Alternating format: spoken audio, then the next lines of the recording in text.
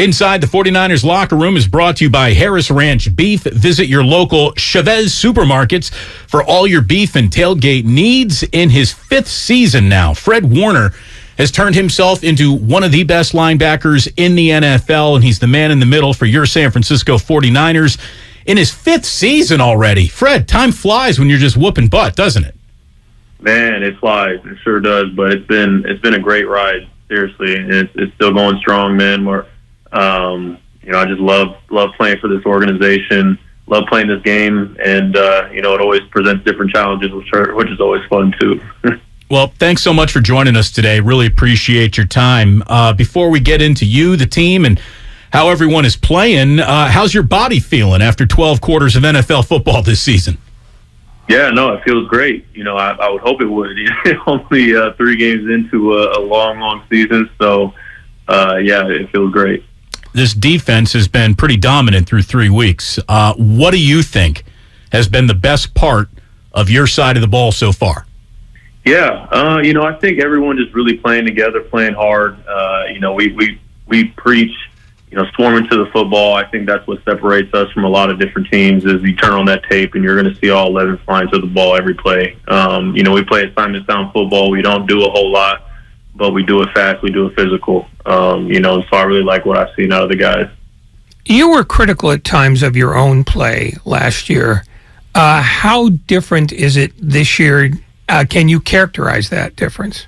Yeah, I think just as I continue to grow, I think the great thing is I'm still young. I still have the swag and the confidence of a young guy, right? But I have that older experience now to know what I'm doing, know what offenses are trying to do to me and to our defense, and so it's a great combo right now. I feel like I'm exactly where I need to be. I'm seeing things clearly and just flying around, honestly. And I know the plays will just come to me as I go, and I keep playing hard and keep doing my job. Fred Warner of the San Francisco 49ers here on Damon and Ratto. So I know that you were all very, very hard on yourselves after losing in Denver. Even though your side of the ball only gave up 9 points, you basically said, well, hey, we didn't cause any turnovers, so we're not about to victory lap anything here. How important do you think is the turnover to just an overall performance? Like, what is better for you guys? Holding someone to 10 points with no turnovers, or holding a team to 17 points with a turnover? Yeah, I mean, that's a good question. And I think we talk about it all the time as a team, how important the turnover margin is. We always say we want to be +3, which means that our defense is taking 3 from the other team, and obviously the offense gives 0. And forever in football, that's kind of a good indicator of winning and losing is what did the turnover battle look like. So, like you mentioned, us not getting any takeaways didn't help the team to win the game. And I'm not sure if there's a good recipe like, should we hold them to 9 with 0 or 17, 1 takeaway, right? I think every game is unique, and I think the great part about it is you always have an opportunity, especially when you hold a team to a lower amount of points, but it's about really just finding a way to win from on any side of the ball, right? I mean, there's so many opportunities in that game for us on defense or any other phase of the team to win the game and not just wait for somebody else to make it. And so I take pride in as a defender and our side of the ball that we always have an opportunity to not only stop the other teams from scoring points, but to also get the ball back and possibly score points for our team. So we're looking to do that coming this week. This coming Monday will be the first time you guys have played a team with what people regard as a high-octane offense. How different do the Rams look on tape, not necessarily just from the 3 teams you already played, but from how they looked in the championship game last year? Yeah, I think right away, just from watching some tape early on, is they're missing a couple guys on their offensive line, from injuries, and obviously they don't have Odell like they did last year, which he was a huge weapon for them. And I also think they just lost Jefferson as well as Van Jefferson. but they did gain Robinson in free agency. Obviously, Cooper Kupp is exactly who he's always been. Matthew Stafford is exactly who he's always been, and the run game as well is they have really good running backs, and their scheme is really good. So, like you mentioned, they're a high octane offense, and we're for sure going to have to bring our A game come Monday night. Fred, with the kind of overwhelming regular season success that you guys have had against the Rams, do you lean on that at all, or is the sting of dropping the NFC title game more of the dominant feeling in your mind around this rivalry? Well, that's obviously what's most recent. Everybody talks about the streak we had of winning games against them, but I always look back to what's most recently happened. They've won a Super Bowl most recently, right? And this is our first opportunity to compete against them since last year. And every game is its own game, honestly, too. Even back when we, back last regular season or in previous games, you have to treat every game like it's its own game. You don't really kind of dwell on the past of what has happened. Every game is different, whether it's the Rams or Seattle or the Cardinals, all divisional games. Each one's different. So we have to treat it as it is and make sure that we're on point with our preparation. Niners linebacker Fred Warner here on 95.7 The Game. Can you put your finger on any correlation that you have ever found or, come up with because some stat geek brought it to you or you came up with it in your own mind as to why you had so much success against the Rams? Yeah, I'm not quite sure. Nobody has ever brought any information to me. I don't know exactly what it is. I think some teams just match up well. Seattle for a long time, it's been hard to beat them. They just match up well against us, and we match up well against the Rams. I don't know what to point my finger on or whatever. But like I said before, every matchup is its own matchup, and they're going to come as hungry as we are. It's going to be a battle. It's a primetime game, so it might come down to exactly what we mentioned at the beginning of this talk is the turnovers. Maybe that it could possibly just come down to that. With all the chatter and drama that is surrounding the offensive side of the ball after 3 weeks, how grateful are you that none of it touches your unit at all? That you basically, people now sort of take your unit's excellence for granted, and that you don't have to deal with any of the outside noise. Well, I guess you could look at that a couple of different ways. I as one of the leaders of the team, not just on defense, but this is a team. It's not just offense versus defense. It's offense and defense, and this is our team. And our team right now is 1-2. That's the reality of it. So regardless of if the offense is getting scrutinized and we might be getting a pat on the back, like at the end of the day, if we're not winning football games, then we're not doing our job. So we have to figure out ways to be better and to learn from our mistakes to ultimately win football games. That's what this is about. You're in this business to win, and at the end of it, to win a championship. So whatever we need to do to make that happen, that's what we got to do. Can you tell us if you've noticed, and obviously there haven't been that many reps with Jimmy this season as QB1, but do you notice anything different about him this year as opposed to other years? Now that he's been reinstalled, does it feel like you're looking at a different offense in practice than you were a couple of weeks ago when it was Trey Lance's offense? No, Jimmy's the exact same he's always been. Always a true professional at what he does. Outstanding player. And I obviously the offense is going to look different with Trey in there compared to Jimmy. Trey having the ability to obviously run the zone replays and stuff like that Kyle was scheming up. But it's all looked the same as previous years. Has Kittle passed around a new helping of Jimmy Garoppolo beefcake T-shirts to inspire the team? No, not yet. Maybe he needs to whip those out this week. Why hasn't he? I mean, it seems like the obvious thing to change the team's odd luck so far. You need to lean into him. Yeah, I'll talk with him tonight about it. Don't worry. I mean, you're a team leader, Fred. Maybe it's up to you to print some T-shirts this year. That's all I'm saying. We don't want to put too much pressure on you. Fred Warner of the 49ers. Do you guys get antsy sitting around waiting for a Monday night football game? Would you rather play on a Sunday?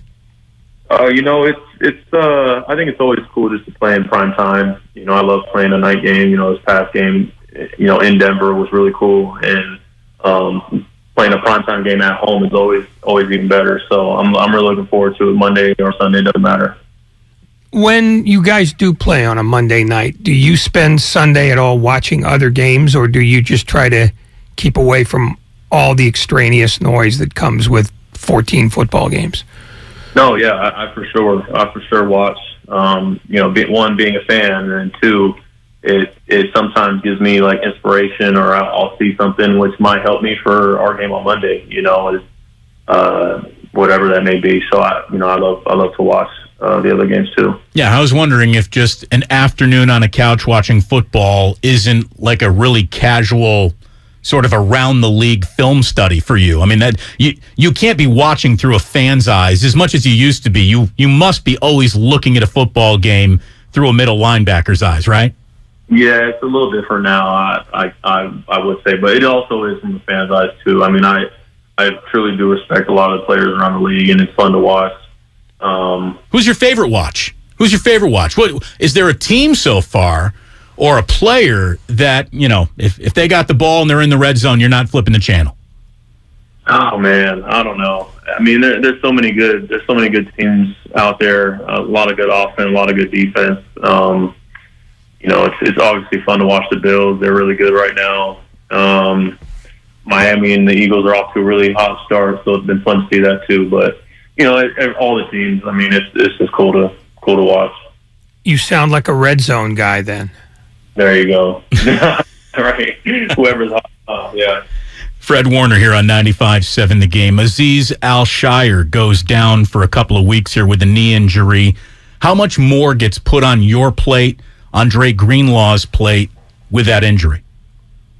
No, I wouldn't say more gets put on our plate, by any means. I think that Aziz is an outstanding player, and having him on the field makes our group, what it is. But so it is a huge loss to us. But at the end of the day, it's next man up mentality, and whoever fills his spot, I think that they're prepared. I think everybody in our room, we have a very deep room, and the standard is the same across the board, regardless of who's out there. Aziz will be missed for the time being, but next man up always. I mean, I think you're very much a do-it-all linebacker. You play well moving in every direction, either towards the line of scrimmage, into the secondary, or sideline to sideline. You really are. You're omnidirectional, man. You're like a joystick. So since you play like that, what makes it easier? Not that any of this is easy. What makes you more comfortable as a do-it-all linebacker? Having that defensive line in front of you, or the job that the secondary does behind you, which allows you to play freer in space?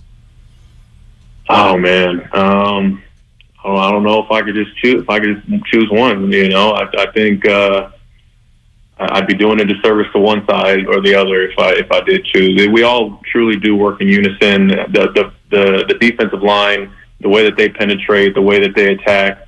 Run game and pass game, it makes my job a whole lot easier. But in the back end, those are the guys I'm talking to, down in and down out in terms of coverage checks and different calls, things that we need to make sure we're in unison on in coverage in the back end or in the run game. So everything works in unison from front to back. Now that you're a wily old veteran of 5 years, can you remember the last time a player on your side of the ball did something that amazed you? Oh man, I mean, shoot, probably every game somebody does something amazing, to me at least. I mean, I think Hufanga's been pretty amazing through 3 games. Some of the stuff that he's been doing, just coming off the edge. And some people might think, oh, he's just blitzing off the edge and making it. No, like this, it's happening every game. You would think that people would know how to stop it by now, but you can't stop when a guy's just relentless, and and playing fast and physical. It's hard to stop a guy like that. But I'd say every game somebody does something that amazes me. Debo Samuel's constantly doing something that amazes me. He's running through somebody or make some kind of cut or something. I don't know. It's pretty cool to watch. Can you tell us, Fred, a little bit about D'Amico Ryans and how, if at all, he's different in year 2 as this team's defensive coordinator? Yeah, I don't know. I don't know if he's much different, honestly. If anything, he's just better. He's just a better version of himself, which is the goal amongst everyone, is to always strive to be better. And he's been exactly who he's always been, the leader, the mastermind behind everything. He makes sure that he never gives us too much to handle. He keeps it simple for us so we can go out there, we can play fast, play physical. He always holds us to the standard and challenges us to push past and to push past the standard, to push the standard. So he's outstanding. Does everything come in on an iPad or on the Microsoft Surface tablets? I mean, let's get it right. That's what the NFL would want me to do. Does everything happen on a tablet? Like, when's the last time you actually saw a chalkboard or touched a piece of chalk? Never have I once touched a piece of chalk, especially not in the NFL. Yeah. Things have changed. Have you broken any tablets yet? That does seem to be the new thing this year. Right. I mean, if the GOAT's doing it, maybe that's the thing to do. But it's not my thing. Yet. Not yet. Not yet. Since he is officially one play away from being the starting quarterback the rest of the season, how's Brock Purdy coming along? Yeah, Brock, he looks great. Obviously we see him a lot, him being the scout team quarterback. And I really love the way he's progressing, the type of competitor that he is. He's shown a lot of poise, as a rookie quarterback since day one. It's been pretty impressive to watch, and I love competing against him day in and day out. Does downshifting from Russell Wilson to Matthew Stafford, just in terms of how much one guy scrambles to how much the other guy is married to the pocket, does that make your job? I mean, it clearly makes the job different. I don't know if easier or harder would be the word. I guess what's harder to chase down, rocket legs or a rocket arm? Right. No, I wouldn't say one's easier than the other. I think they're both. I mean, especially you're talking about two of the greats right there, Russell and Matt. So I couldn't choose one. I know it'll be a great challenge for us, and just like last week was a challenge for us. Every week kind of presents its own things that we have to be aware of, and Matthew is one of the best. Having the pleasure of having met you a few times, Fred, and boy, I sure do appreciate you supporting the Guardsmen and coming on out for our sports auction earlier this year. That meant an awful lot to us that you were there. I would say that your voice matches your body. For example, Nick Bosa's voice does not match his body at all. Like it does. How did he get the Saturday walkthrough hype talk bestowed on him, and what do those sound like? Yeah, no, I mean, he's just being one of the captains, one of the leaders of the team. Everybody, he doesn't say a whole lot, but when he does, people are tuned in because he's earning that. He has that respect amongst his teammates, and I can't give too much away of what is said, but he always just keeps it pretty a clear-cut message that he wants to give, maybe on those Saturday, after those Saturday walkthroughs, and just keeps the guys dialed in. He's built like a dinosaur, and he's got one of the softer voices I think I've ever heard. Fred, thank you so much for joining us. Does the leadership, the captain's council, whatever you call it, do you guys have like a bowling night or a movie night or a secret handshake or anything like that? No secret handshakes or movie nights, but we always try and find time to do some type of team bonding or camaraderie throughout the week outside of the building. So yeah, we'll see what we get up to this week. We're going to give you a chance to do a little grilling with your leadership council because our friends at Harris Ranch Beef, Fred, are going to give you a 10-pound package of prime porterhouse steaks, and make sure you tell everyone in the locker room, you come on with Damon and Ratto, they ship you beef delicious beef. So keep on doing it. We really, really appreciate your time. Good luck against the Rams on Monday night, and thank you so much for joining us today. Yeah, of course, man. Thank you so much. I appreciate you. Ray, that's how we're going to continue to lure fantastic guests. Again, thanks for the 49ers for hooking us up with their captain, Fred Warner.